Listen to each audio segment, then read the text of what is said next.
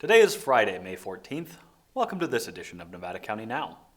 Today's episode, we're talking in-person meetings, Supreme Court decisions, transfer station tips, and more.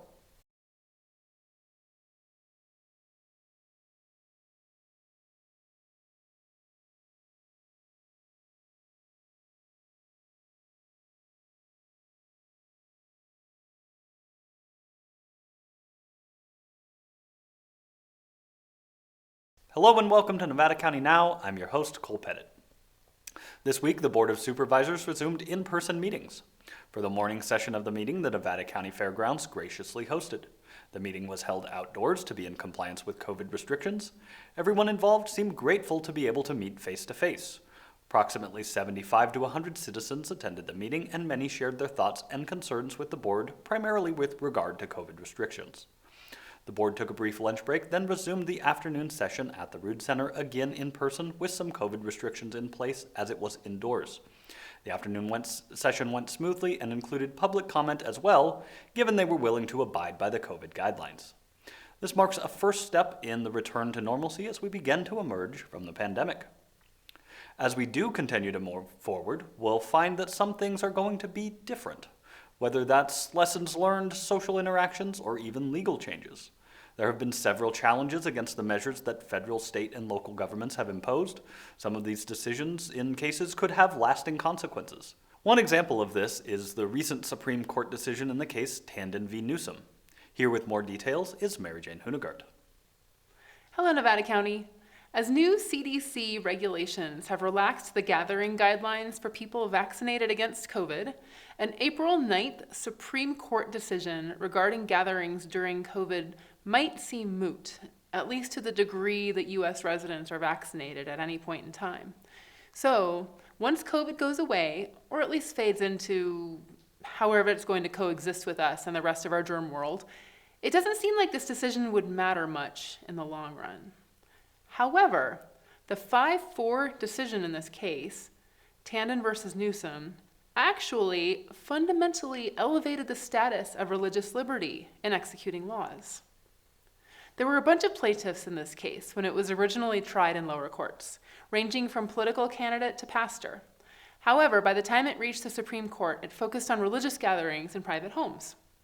It blocked California's COVID-era ban on such gatherings, stating that the ban was essentially arbitrary. If you recall, the ban involved private gatherings that included more than 3 households. However, at the same time, establishments such as hair salons, retail stores, and indoor restaurants could, at limited capacity, bring together more than 3 households at a time with protocols. Public health officials do have data for at-home versus public/business risk assessments. When arguing the initial case for this, i.e. before it made its way up to the Supreme Court, officials testified that there were several reasons at-home gatherings were more dangerous in a pandemic than limited capacity gatherings in a public business. These reasons had to do with time together, ventilation, and inhibitions that make it more likely individuals will, say, wear a mask around strangers than among a group of friends. However, there was pushback on these differentiations as speculative and arbitrary. For example, for a Bible study, there will likely be the same 8 to 12 people gathered in a home per week, and they are perfectly capable of taking the same precautions they'd take at, say, a restaurant. So even though the distinction in the gatherings ban was private home versus public business, the operation of businesses was still viewed as a form of exemption to the ban. Tandon establishes that any secular exemption to a law automatically creates grounds for a religious exemption. The Supreme Court held that California had to let people gather indoors for Bible study because it allowed them to gather indoors to get a pedicure, eat, or ride public transit. So if Californians can legally enter In-N-Out to get a burger rather than waiting in the drive-thru line, they must also be legally permitted to spend hours in close quarters discussing the Holy Spirit. Zooming out, the government can now, in theory, be obligated to include religious accommodations in any exemptions of any regulation for which there are any existing secular exemptions. More information on this case can be found at supremecourt.gov/opinions. Type Tandon in the search bar, Tandon. Don't type Newsom, it's Tandon versus Newsom, or you'll get 10 pages of other cases to sort through. It has been my privilege to bring you a brief piece on a local political issue. Email me at ncnpolitics@gmail.com to comment on this piece or suggest a topic for a future segment. See you again in 2 weeks here, same time, same place. I'll be discussing a bill introduced by our Assemblywoman, Megan Dolly, AB 925. And remember, when it comes to politics, if you're not at the table, you might be on the menu. Thanks for staying informed, Nevada County. Thanks, MaryJane. We've seen an increase of 65 COVID-19 cases since last week, bringing our total to 4,747 confirmed cases. 121 cases are currently active with 6 hospitalizations, and the death toll remains at 75. According to the state's data, our adjusted case rate increased yet again to 11.7, and our test positivity rate increased as well to 5.2%. We continue to stay in the red tier. For more on the current COVID situation and vaccines, we'll turn it over to Taylor Wolfe, Public Information Officer for the County of Nevada. Again, you've got another update for us in the realm of COVID and what's going on here locally. Care to tell us what's happening? Yeah, absolutely. I think the biggest news this week is that Pfizer has been approved for emergency use for minors age 12 plus. So if people remember, the Pfizer vaccine was approved originally for 16 and 17-year-olds, but they have opened up that age category now to include that 12 plus. As of yesterday, Thursday morning, in myturn.ca.gov, appointments started showing up for that 12 plus age group. And this is really exciting just because, it's another group of the population that is now eligible that hasn't been previously. We know throughout COVID, kids aren't very susceptible to becoming very sick from COVID, but we do know that they definitely can be transmitters of COVID to other vulnerable populations. It was really exciting for our public health team to see yesterday at our Whispering Pines clinic, that is a Pfizer clinic, some of those 12 plus age groups coming in to get their first vaccine.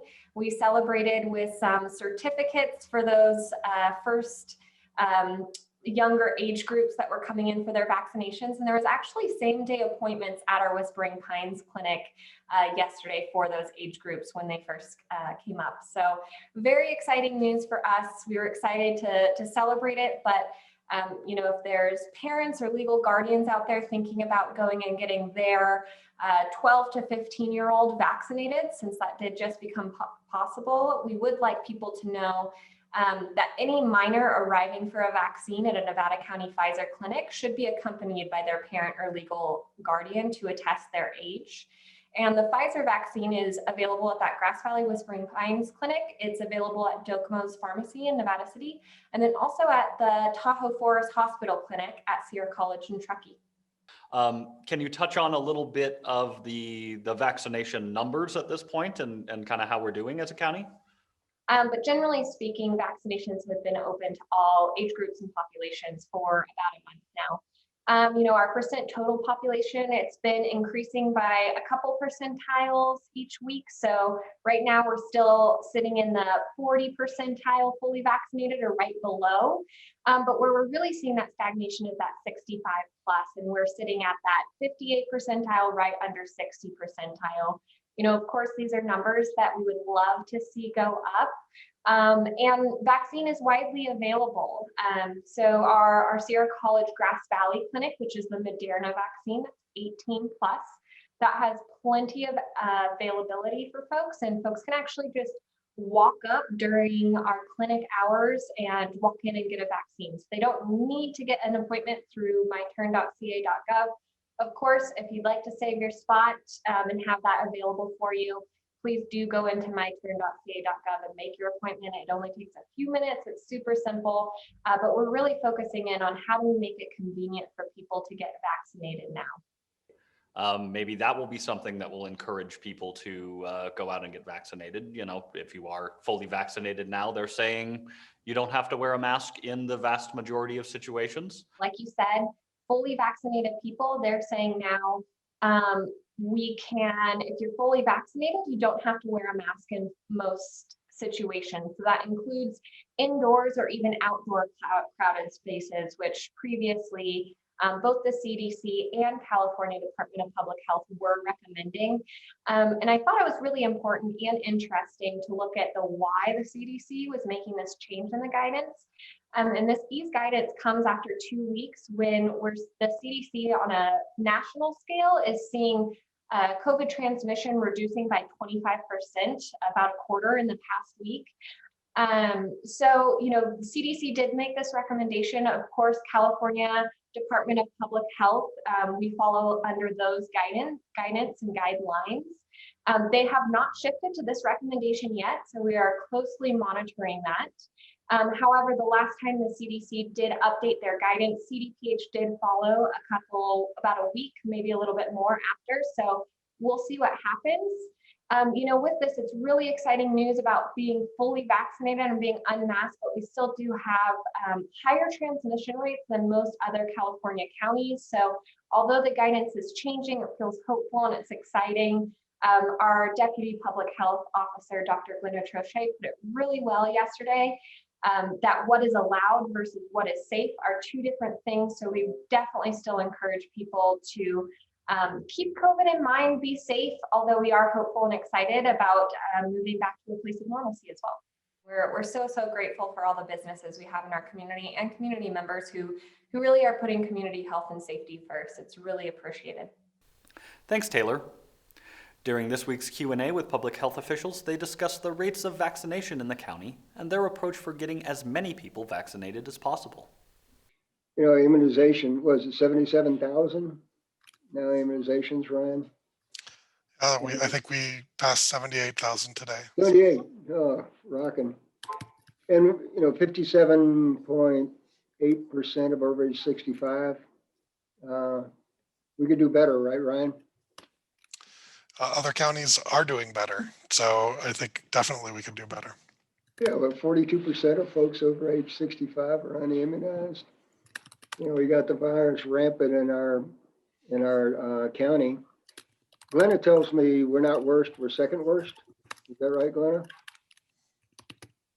Looking at all the red counties in California on the blueprint that was posted yesterday, Del Norte County is worse than we are.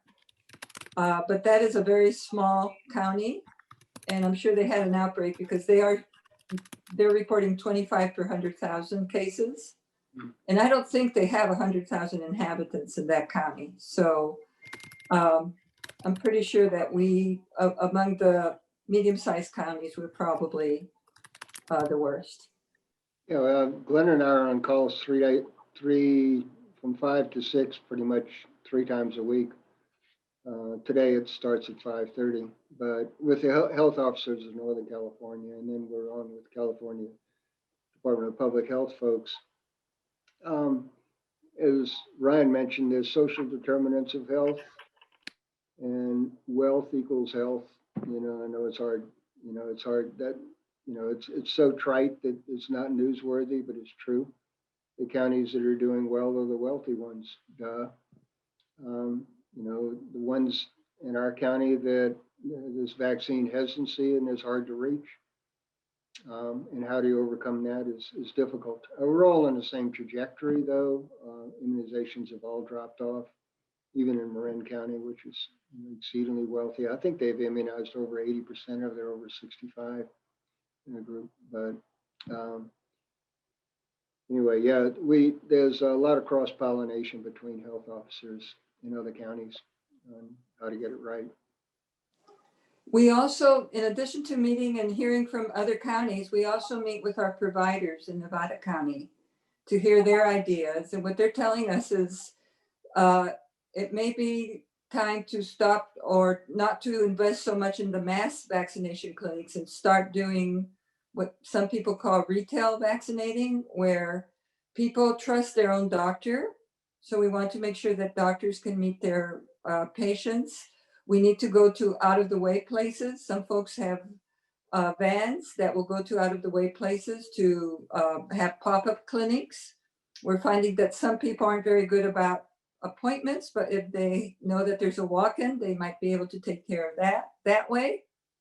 Our providers make sure to tell us, and I've heard this now several times from them, that we need to meet people where they are and be respectful, listen to their concerns, and respond to where they are. But if they're not ready to get vaccinated, keep the conversation going, because at some point they may change their mind, and we want to be there when they are ready to be vaccinated. That takes time. That's not something that's going to happen overnight. So I think we're now into all the people who really wanted to be vaccinated, of the adults have been, and in the next 2 to 3 weeks, all the parents and children who want to be vaccinated that are 12 years and older will be. And after that, we need to keep the doors open. We need to keep the vaccines available, and we need to continue the conversation with folks so that when people are ready to be vaccinated, we're ready to give them the vaccine. Just to follow what Glennah said on the call, do you know Van Houten, Dr. Van Houten from the Ridge? I mean, that dude rocks. And, you know, the Ridge has got, you know, and there's some people there with some interesting views, and I thought that'd be the heaviest lift in the county, and yet their immunization rates are higher than any other area in the county. And the way Van Houten does it, he runs Sierra Family. He's the one that got that clinic started. As he goes out places like Ananda and talks with them, and they get in. He's not trying to convert anybody. It's all about the conversation. And he tells them, he says, you know, we're your friend. You know, we've got your back, and you know, we're here for you. If anyway you want to talk, you change your minds, we're here for you. And then he leaves it at that. And as a result, they have the highest immunization rates in the county. But that takes time, as Glennah mentioned, to really sit and developing a rapport with the person and be willing to listen. It seems like in today's world, we all want to talk and be heard rather than being listened to. Thank you. Making trips to the transfer station is a necessary chore for many of us. At times, though, it can be a bit frustrating, whether it's long lines, confusion about where to go, or what materials they take. Shavati Karki-Pearl, Public Sector Manager for Waste Management, is here to give you some tips to make your next trip as smooth as possible and make the most of your visit. Yeah, so transfer station is a popular site in the county. I was just talking to our transfer station manager this morning, and I was like, how many people do you get there? Just for anybody who's curious, they get about at least 500 people a day transactions for just the MSW, which is the solid waste area, and the CND and the commingle waste. And then that doesn't include hazardous waste and other stuff, which is maybe another 100 people a day. So April was busy. He had about, just for the solid waste, around 12,000 transactions for the month. One of the things I wanted to mention that some people know, but not everybody does, is you could actually, before you even head out, look at, we have live traffic cameras there. It's on the county site. If you look up the solid waste page on Nevada County's site, but also if you look up Nevada County Waste Management and go to the McCartney Road or the transfer station tab, there's a link for that live cam, and you can see how busy it is or it isn't. People tend to think if they go first thing in the morning before it opens, that they'll get in, but everybody thinks that, and that's when sometimes lineups happen because everybody's there, all the early birds are there. But if you take your time and go later, it may be way better. So the other thing is when you approach there, the first left lane takes you directly to the green waste area, so you don't have to join the rest of the traffic. And I know people are working on green waste a lot, so they can, once they get there, take the first left, and it's a separate lane going just to that area. when you get in with the main lanes going into the transfer station, again, if you just have household hazardous waste or scrap metal, you can stay on the right-hand side. And when you turn right, then you can, again, bypass the main traffic that has to go through the scales. And same thing with buyback. It's on the right-hand side. And there's a lot of signage there, so you can follow the signs. If you're a frequent customer, you do have the option of saving your weight. So if you take the same vehicle and you have the same, license plate, you could ask the attendant and they can save your weight so that every time they see you, they don't have to weigh you in every time. You can also go to the county's solid waste site, again, the page, to see other locations besides waste management where you can recycle other items. There are, for example, battery drop-off locations around town where people can go, certain things where everybody's really concerned about their plastic bags that they get from the grocery stores. Our members from the Waste Not group have done a lot of research and talked to a lot of grocery stores, and now most of them in town have bins where you can go deposit your bags. The one thing that people don't know about, I think, is our reuse center. So again, when I talked about you go to the right and you have the metal, scrap metal area, the household hazardous area where people drop off their e-waste, they drop off appliances, white goods. A lot of those items, if they're usable, we put it in the reuse center, which is open the same hours as our transfer station from 8 to 3:30. And you can go and check out what's available there, and it's all free of cost. So the inventory obviously changes based on what people are, disposing of. But if you wanted, you could go there, and if you're already there, take a look and see. You might find something you need. Gotcha. Yeah, and that's at the same site?